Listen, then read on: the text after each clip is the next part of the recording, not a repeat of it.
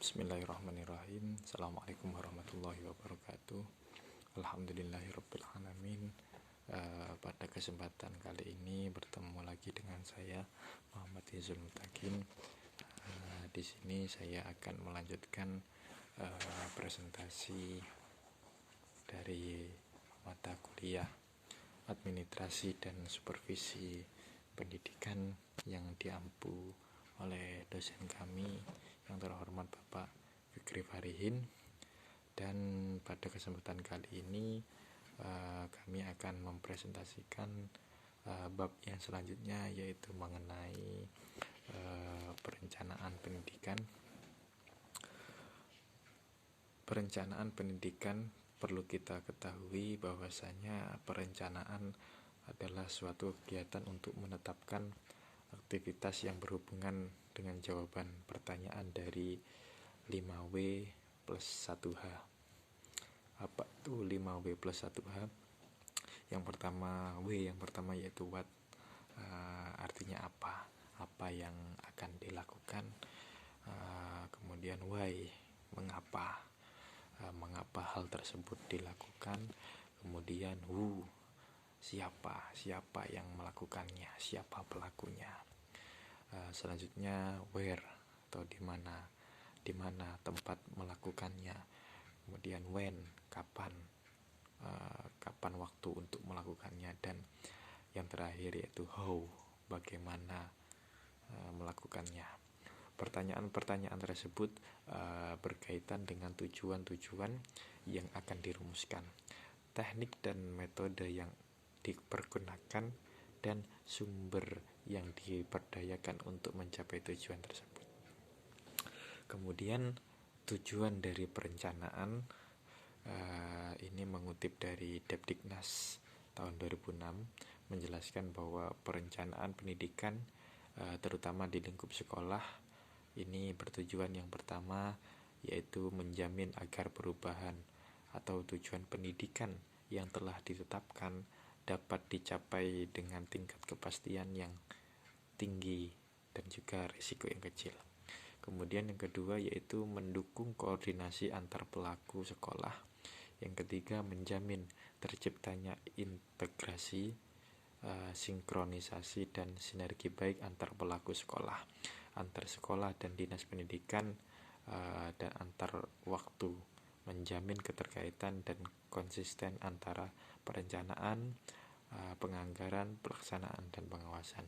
Yang keempat yaitu mengoptimalkan partisipasi warga sekolah dan masyarakat. Dan nomor 5, menjamin tercapainya penggunaan sumber daya secara efisien, efektif, berkeadilan, dan berkelanjutan.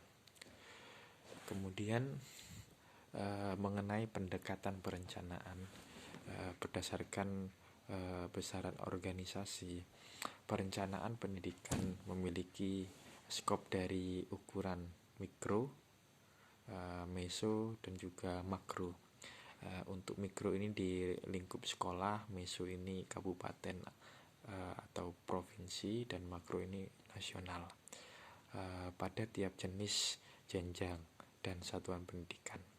Di dalam perumusannya, perencanaan pendidikan dapat menggunakan pendekatan perencanaan tenaga kerja, pendekatan permintaan sosial, pendekatan nilai baik, dan pendekatan biaya efektivitas.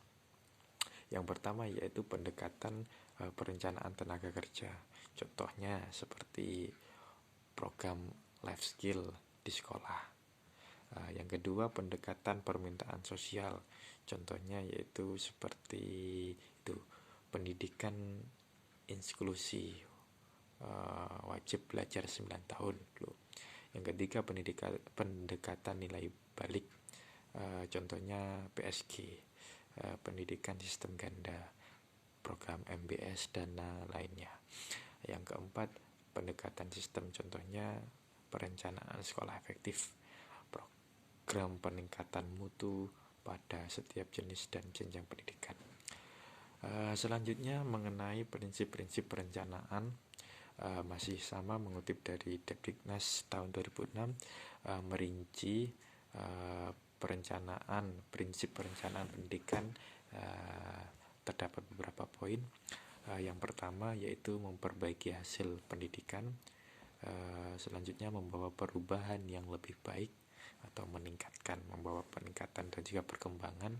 Kemudian demand driven, menyeluruh, keterkaitan dengan RPS, rencana pendidikan dinas provinsi, Renstrandra, Repetada, dan sebagainya.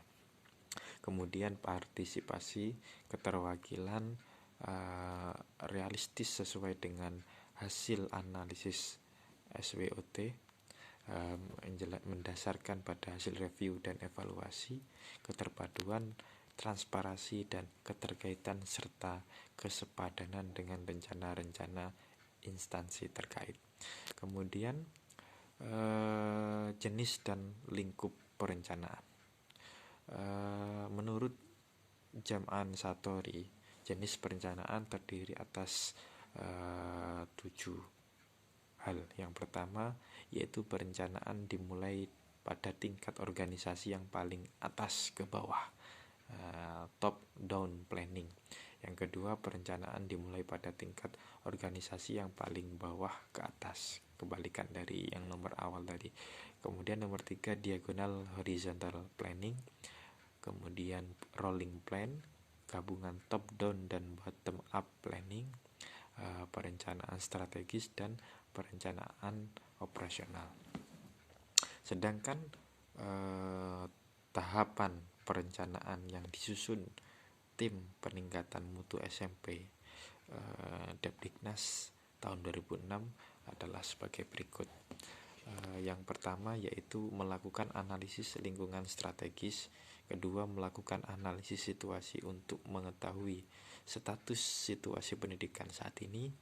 Ketiga, memformulasikan pendidikan yang diharapkan di masa mendatang. Kemudian mencari kesenjangan antara butir-butir berdasarkan butir 2 dan berdasarkan hasil butir 4. Disusunlah rencana strategis dan rencana operasional.